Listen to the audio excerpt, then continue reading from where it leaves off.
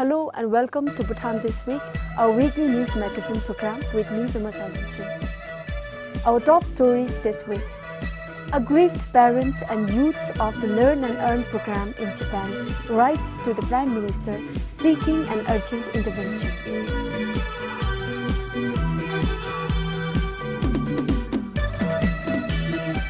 Audit irregularities of PHPA 1 and 2 unresolved as of September this year.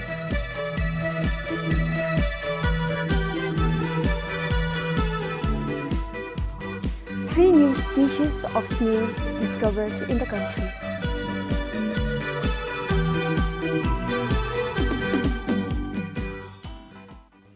Apart from seeking the government's immediate intervention, the aggrieved parents and students of the Learn and Earn program in Japan are accusing the Bhutan Employment Overseas of serious breach of contract. In a letter submitted to the Prime Minister recently, they stated that the program initiated jointly by private recruitment agent and Labour Ministry have misled and deceived their children right from the beginning of the program. Going by the letter, there are evidence of the agent's procedural lapses and document forgery in implementing the program. In some instances, students were persuaded to sign documents on behalf of their parents or guardians, and in others, the agent forged certificates to meet the eligibility criteria for the program, which is strictly prohibited by the Japanese government. This malpractice, according to the concerned parents, has put the children in a risky situation with high chances of them getting into serious legal troubles if discovered. The letter also alleged Bhutan Employment Overseas of heavily overcharging the students. Besides the agent fee of 57,000 yuan, the agent took an additional amount of 17,000 yuan per student as visa, translation and documentation fees. These charges should have been covered in the agent fee.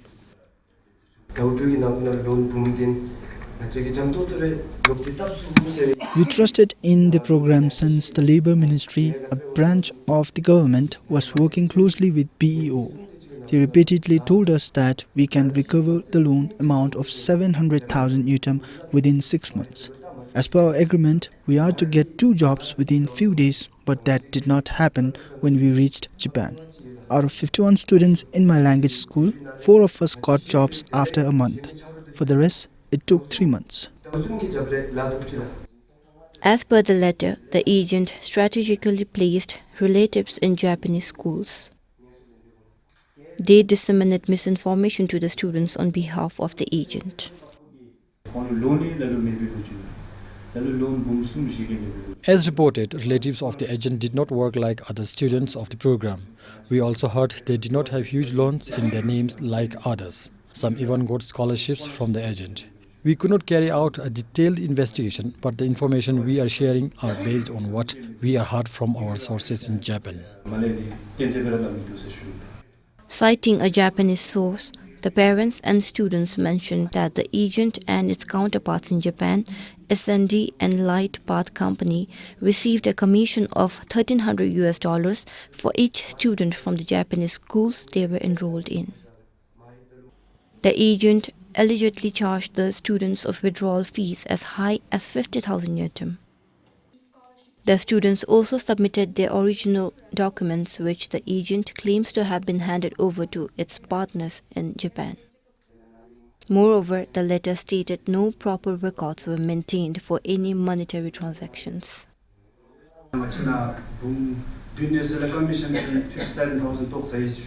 When I reached in Japan, I met with some Nepalis. They said they paid only 200,000 rupees for the same program. From 700,000 yuan, the agent deducted 57,000 yuan as commission. But according to the Japanese government, this is not allowed.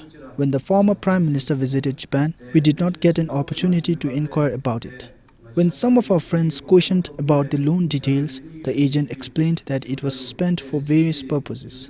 However, we did not get any proper money receipts. The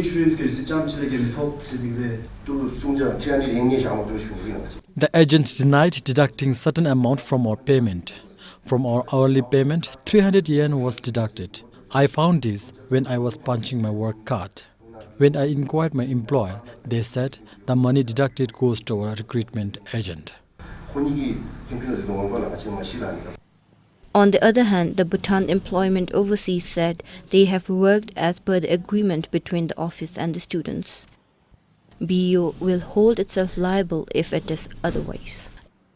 Including 4 Bhutanese with serious health issues, over 90 youth sent through the program returned to Bhutan.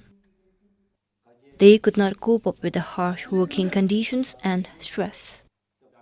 Currently, there are over 600 Bhutanese youth working in various parts of Japan as part of the Learn and Earn program. For Pema Thawang, Kiladem, BBS News. The Ministry of Labour and Human Resources is hoping to reduce the country's youth unemployment rate by 3% in the next 5 years. This means the overall youth unemployment rate, which is currently slightly over 12%, would come down to 9%. This was revealed by the Labour Ministry during Friday Meet the session. At the Friday Meet session, the Labour Minister Ugindoji stated that the ministry is hoping to achieve this target by the end of the current 5-year plan. As per the Labour Force Survey 2017, the overall unemployment rate in the country is 3.1%, with youth unemployment rate at 12.3%. He shared the ministry will work closely with corporate and state-owned enterprises in addressing the country's unemployment issues. And in total, the government agencies and the corporate sector is expected to create about 67,000 jobs over the next 5 years. By the way, the new job seekers that will enter the job market over the next 5 years is projected to be around 70,000. But we have 11,000 more job seekers who have entered this plan period from last plan period. So in total, we are talking about 82,000 job seekers in the market, of which we are expecting that 67,000 jobs or so will be created through this coordination and collaboration between the public sector and the corporate sector. Similarly, the ministry is also planning to come up with an employment responsibility system. Now, the unique thing about our approach towards addressing youth unemployment or the overall unemployment problem in the country over the next 5 years is really the adoption or really the new approach that we are adopting in terms of instituting the employment responsibility system, whereby we collaborate with all the sectors that we have identified. There are 9 sectors, whereby the government agencies and the sectors come together and take the responsibility of creating certain number of jobs under each sector. For the 12th 5-year plan, the ministry has been allocated with a total budget of around 2.8 billion Newton. The budget will not only be used in creating productive and meaningful jobs, but will also be utilized in transforming technical and vocational education training sectors. This is Pasang Doji for BBS News. Running a business is a challenge, especially when it is something that is mentally and physically demanding. But Gempo Tenzin from Bumthang, who is visually impaired, has been beating the odds. For almost 2 decades, he has been successfully running an automobile repair business in the district. From interacting with his customers to keeping records of his sales, he does it all on his own, and that too with great enthusiasm and pride. Meet Gempo Tenzin, arguably the first entrepreneur in the country with a disability. Gempo stays a few meters away from his shop at Patpalathang. After getting ready for work, he walks towards his shop all by himself, which he says is habitual.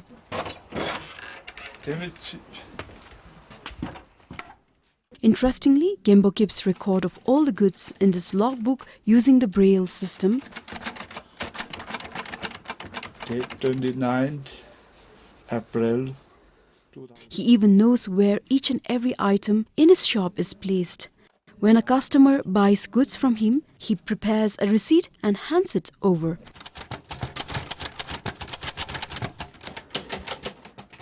Gempo lost vision at the age of 16 after a bear maul incident.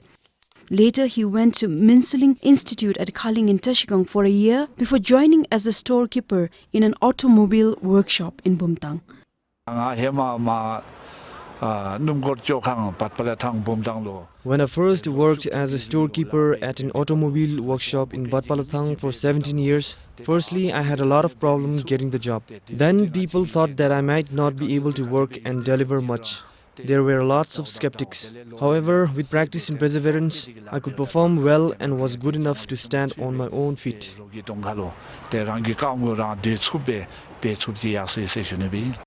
He then started his own business at Chamkar town. After the fire disaster at Chamkar in 2016, he moved his shop near his home in Batpalathang. He says he has worked hard over the years and feels his hard work has been rewarded. He shares some words of inspiration for all other people living with disability. With the experience that I have, I want to say that you shouldn't be discouraged thinking that you're living with a disability. What's important is being self-reliant, and to achieve that you need to work hard. For example, I'm a visually impaired person, but I raised my family, I own a house, and I work independently. So I would like to tell everyone that it's possible to be successful and happy even if the odds are against you.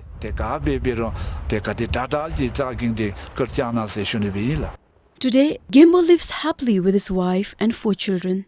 His story is truly inspiring, and he is a living proof that you can find ability in your disability no matter what. Compiled for Kipchin Bumtang, this is Pamela Harden for BBS News. The Punasangchu 2 Hydroelectric Project Authority has the highest unresolved irregularity, about 3 billion Newton compared to other hydropower projects. This is as per the Royal Audit Authority's Annual Report 2017. The highest amount of irregularity of 2.9 billion Newton resulted from the cases of violations of laws and rules.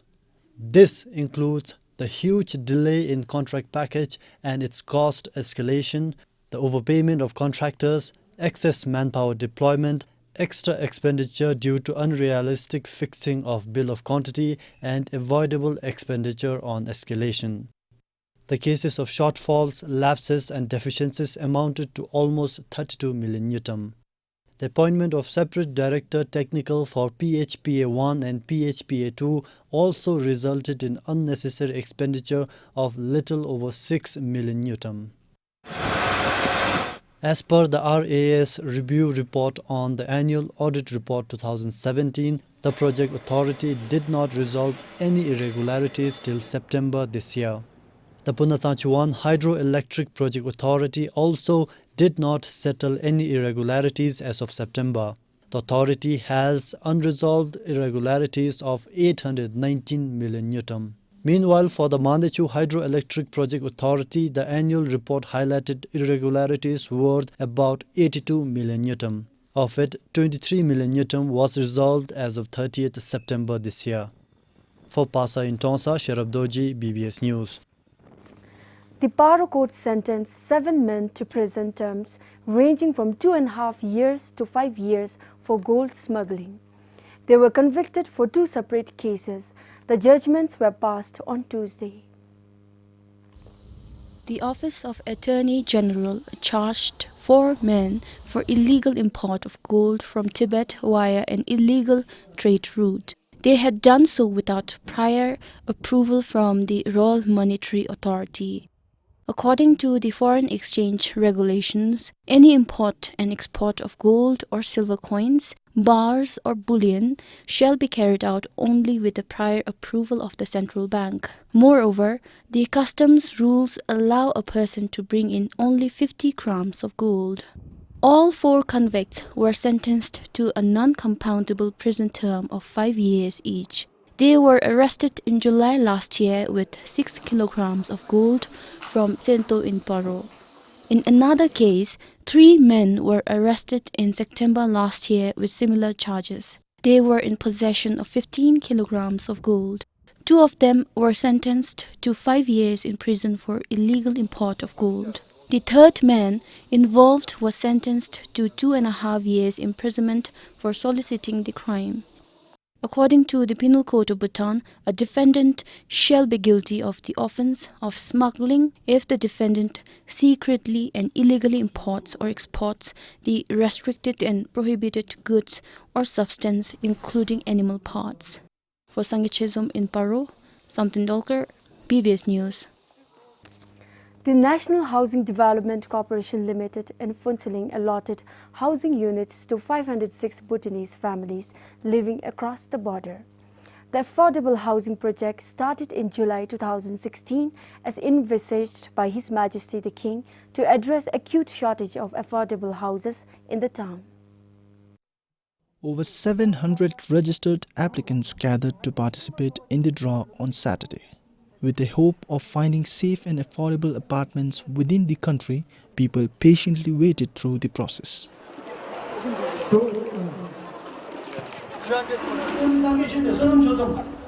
The draw went on late into the night till 11 p.m.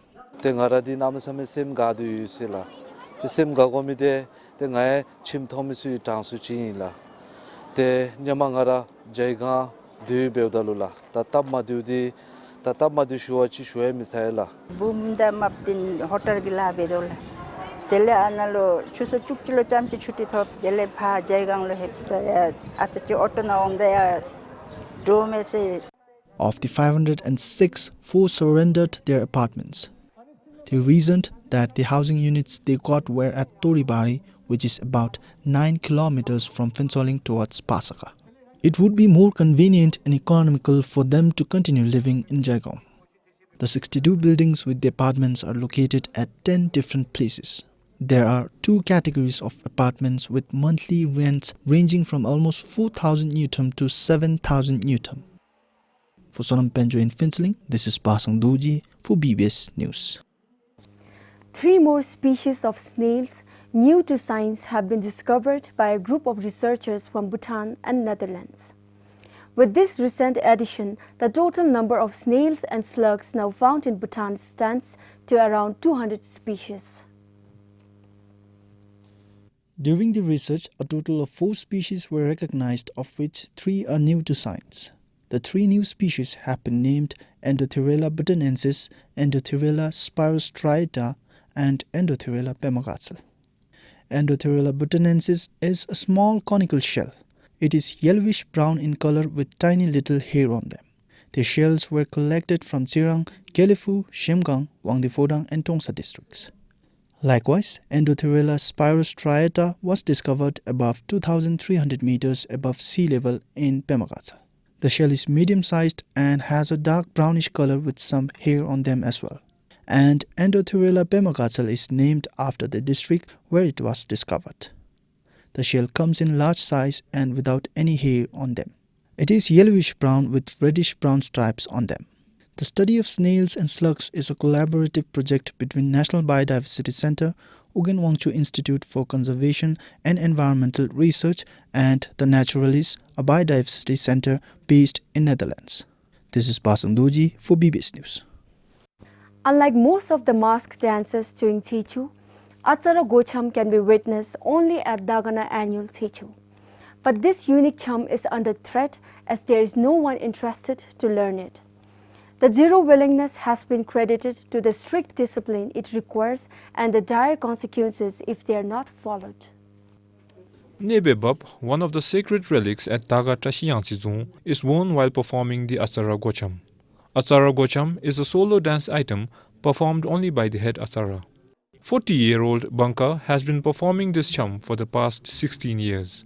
And while age is catching up to him, he says he is worried as there is no one coming forward to learn the ways of this unique dance. The performer has to undergo several strict self-discipline and restrictions, which is why he says other dancers are not interested to learn it. The head Asura before me spent a night with the women a few days before the Sechu. He ended up dying tragically after he got electrocuted. Then nobody wanted to take his place and replace him, as there was so many risks. So we all went to the Gyunka and rolled the dice to see who would be favorable. Everyone had to do it, and I was chosen in the end. And that's how our agreement is.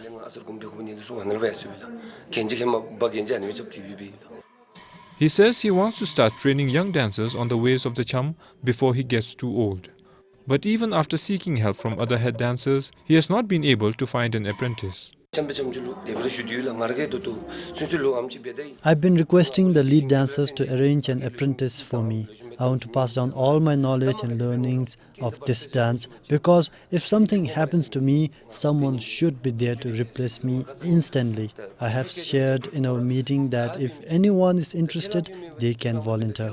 If there is no one, then maybe we need to visit the Gyeongkar to find out who should be appointed as next in line.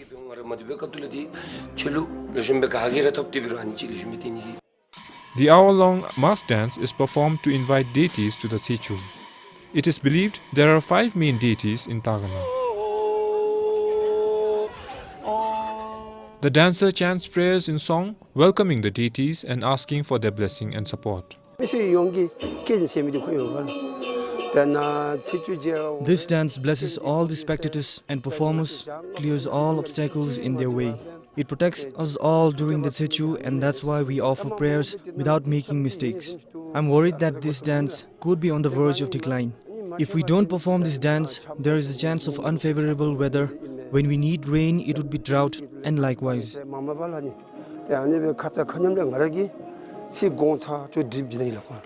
And Asura plays a very important role in the festival.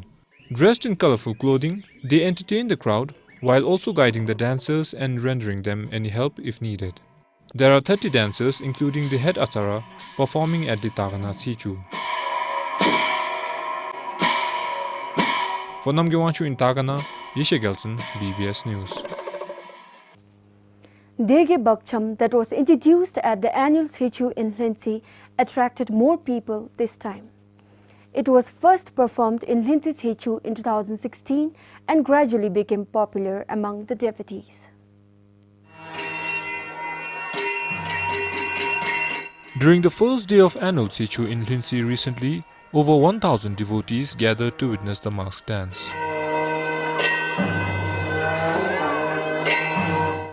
Dga Buxum symbolizes 8 groups of gods and goddesses that exist in our real life. 25 masked dancers perform the dance wearing different kinds of masks.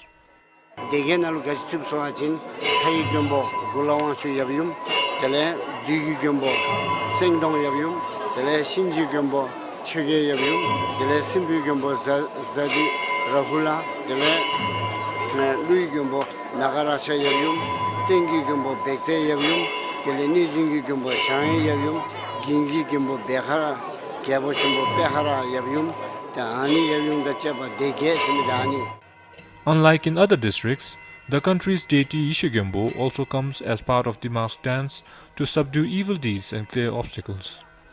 And if people witness the dance, it is believed that they don't have to hold the annual ritual Loche in their homes.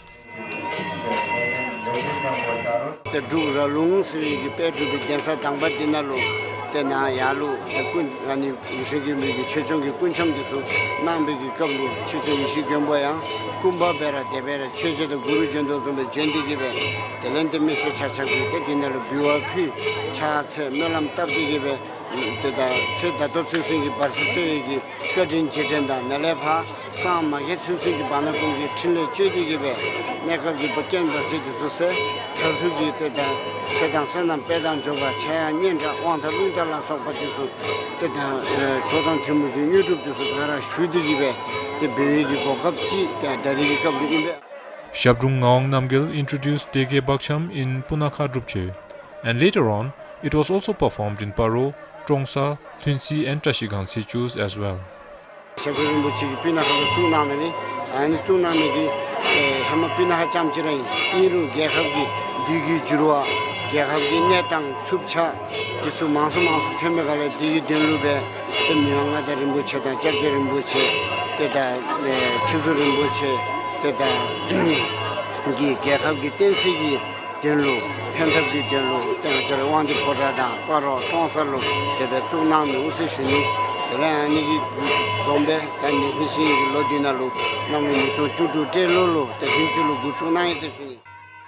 Lindsay spent over 2 million Neutrum to buy masks and costumes for Dga Buxum.